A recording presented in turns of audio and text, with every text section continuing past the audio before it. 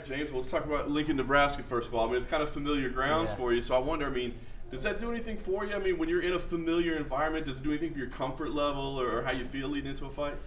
I mean, not really, no. I think that I drove here. It's 3.5 hours for me, so I think like I can I guess, I don't know, take more clothes, bring more stuff because I don't have to fly. I don't have to worry about the check bag fees and all that stuff. So I guess it's more convenient. Like I can stop along the way of the trip, especially being at 70, not 55. I don't have to, kill myself to get the weight. So in terms of like home field advantage, I would assume that more people are going to be cheering for me than him. I've seen crazier things happen though. So the random guy from Brazil getting the fans in Nebraska. Yeah. All right. Well, you mentioned the 170, man. I mean, this is kind of the big story I think of this fight in a lot of people's minds. Talk about the decision to go to 170, because normally when guys make changes like this, it's because they're having failures or they're looking to reinvent something, right? Here you are having success, and you make the call anyway. I think so. I think that 55 is not hard for me to make. When I say not hard for me to make, like I don't have difficulty cutting the weight. It's the process to get there that I'm at 1,300 to 1,800 calories a day, and that's it's not fun. I walk around at 190 plus, and I'm fairly lean at that weight. Like I'm not fat or anything. But I think that what really did it for me, and I've had people kind of tell me this. Like my coach has been big on it for a while now, and other people have suggested I do it as well. But for me, the moment was after my last fight when I fought Alex White. I was sitting there. I thought I won the fight. I won. It wasn't pretty. I won though. 2, arguably 3 of the rounds. And I was sitting there, and they're holding both of our hands, and they're about to announce the decision. And I was like, man, I don't give a damn if I win or lose. I just want to go home. You know what I mean? And that's a problem. You know what I mean? That's a problem whenever you no longer care about winning. Whenever you don't care about winning and losing, you're just ready for everything to be done. And I think.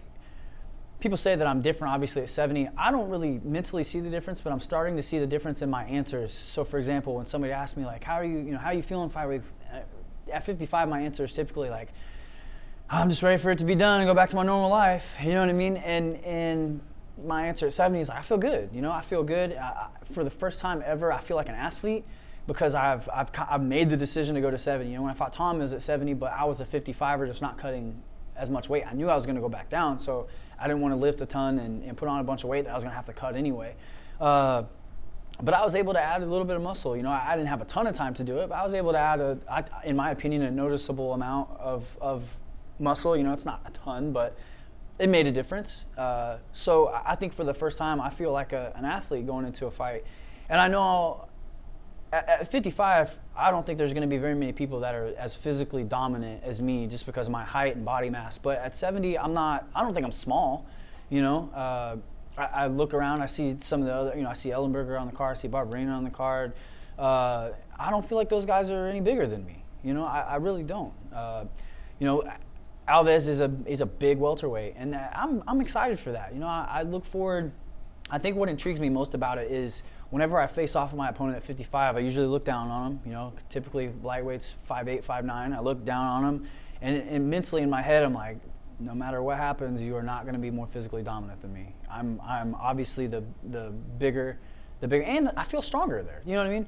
At 70, whenever I feel like whenever I look across at Warley, whenever we finally do face off, it's going to be my brain that gets me through everything. I won't be as physically dominant, so it's a new challenge to me. And it's kind of got me fired up. It's new, and I'm excited to be here. And it's something different, and I really enjoy challenges. It's kind of fired me up again. You know what I mean? Like it's kind of got me going. So I'm excited to be at 70, and I feel like I'm going to retire here. I don't think that I'll go back to 55 ever again. You're a student of the game, no question about it, man. Do you think this is like a mental thing that maybe athletes need to get over? Because, every fighter has the same story, right, where they hate depleting themselves. It's a grind. It takes the passion away.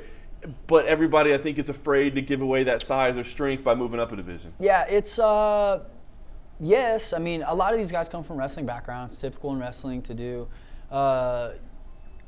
and it's such a, for me at 55 it was hard because I felt like that was one of my biggest advantages. I'm so much bigger than everybody I fight.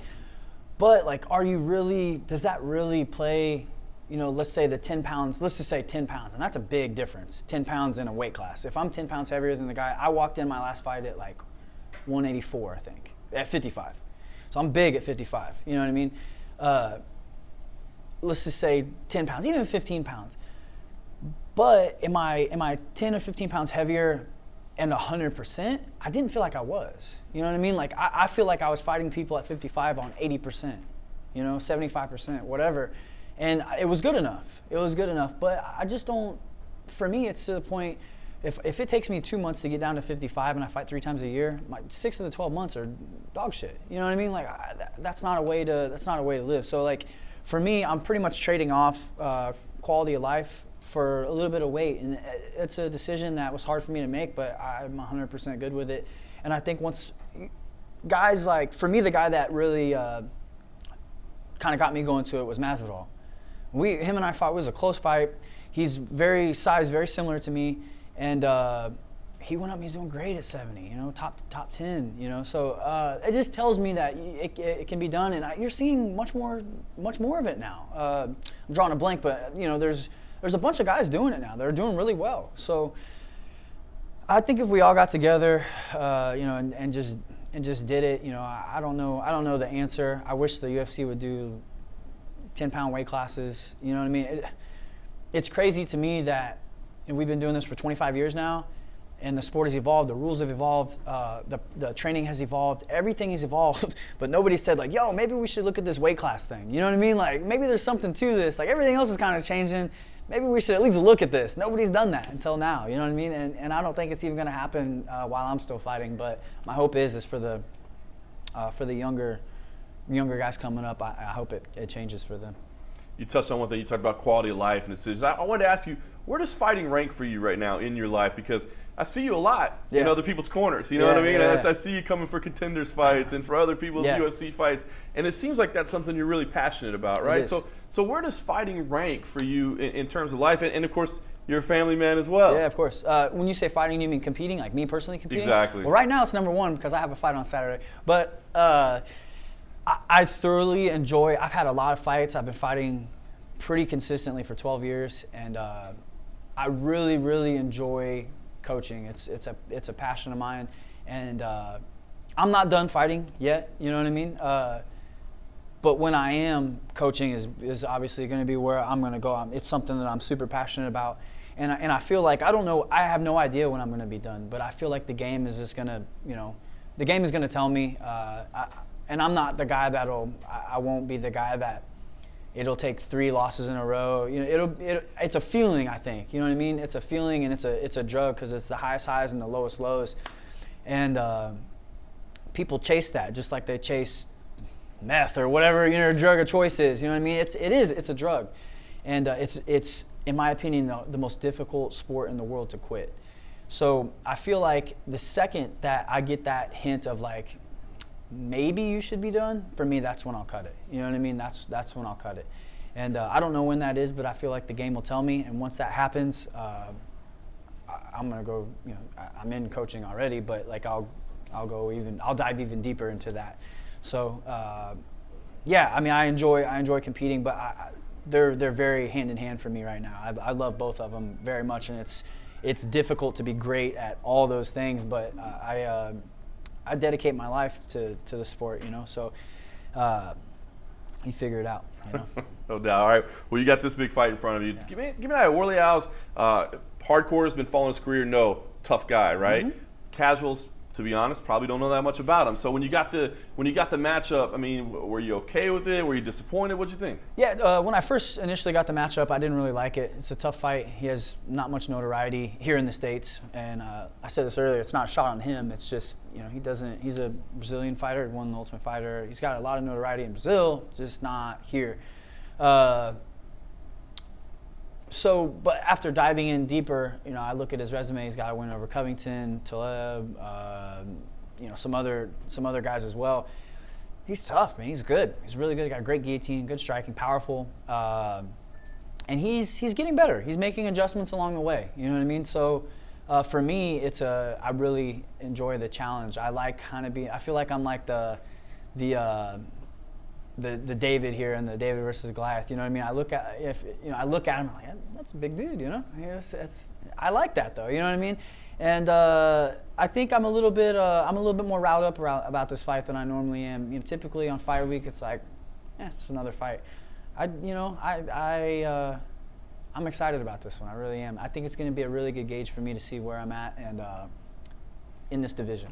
Yeah. So what's the goal here? I would ask. I mean, as you said, is it to prove to other people that you belong? Is it to prove to yourself that you belong? Is it to what is the goal here? The goal is not to prove anybody to anything. The goal is to master my craft, do my profession that I love every day, make a lot of money doing it, and use that money to make money elsewhere and get the hell out. You know what I mean? Like, I want to be able to, I see some of these guys, golly, I see some of these guys, the older guys that they couldn't quit the sport, they couldn't quit the drug. I see these guys that can't even tie their damn shoes, man. You know what I mean? They can't even form complete sentences sometimes, and I don't want to be that guy. You know what I mean? Like, I want to be the guy that quits one fight too early than one fight too late. You know what I mean? Like, I'll be on the early end. I'm telling you, I will. And it's the money. You know what I mean? It's easy money. It really is, because essentially, you know, it's the easiest money I've ever made in my life. You know, I have to train hard and all that stuff, but I train hard anyway. I train hard without a fight. So. I've said this 1,000 times. Typically, your MMA fighters come from low-income families or broken homes or both. You know, and it's just like, wait a second, you're paying me this to fight? Cool, okay.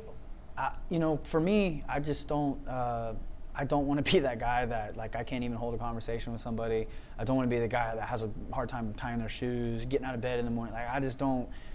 You can't let the sport take your life away. You know what I mean? At that. I dedicate my life to it, but the sport will never take my life, if that makes any sense at all. And I don't think that's the right way to do things. And I think there's so much more to life than this. You know, this doesn't last long. 10 years, 15 years.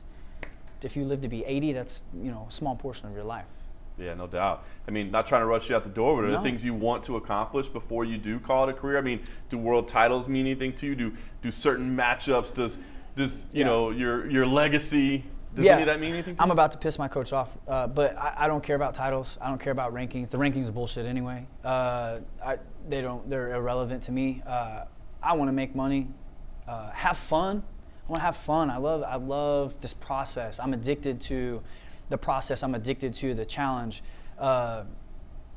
Man, I want to win. You know what I mean? Like, I want to win, obviously. So, like, when we say like titles and winning, they're the same thing. Like, I don't want to lose. Like, nobody wants to lose. So, of course, I'm trying to challenge myself, and I think doing that on a regular basis is important, especially for me wanting to dive into coaching when I'm done. Like, I need to be a part of this. You know what I mean? I have to know what it's like. I think some of the best coaches in the game train with their guys. You know, you have to be evolving with the sport. You have to feel it. You can't just see it.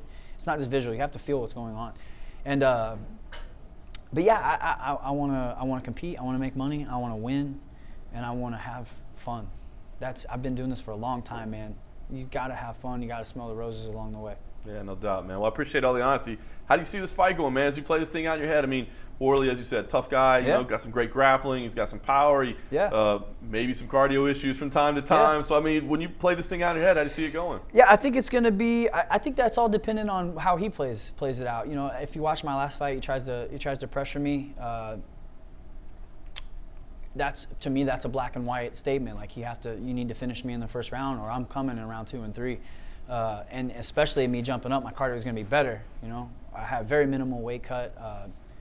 I think total I'll be 15-ish pounds. You know, but like, I'm way lower than that now. But I think as of late, he's tried to kind of improve on those cardio issues. So he's starting a little bit slower. And I think if he does that, we'll be kickboxing for a while. You know what I mean? And he's good on the ground. He's a great guillotine. I have a great guillotine. You know, I'm good on the ground too. So. I think a lot of it's going to be where he's at in the cardio department. You know what I mean? Like, I feel like in order for him to win, he needs to finish me. You know, I truly believe that, and I'm not an easy guy to finish.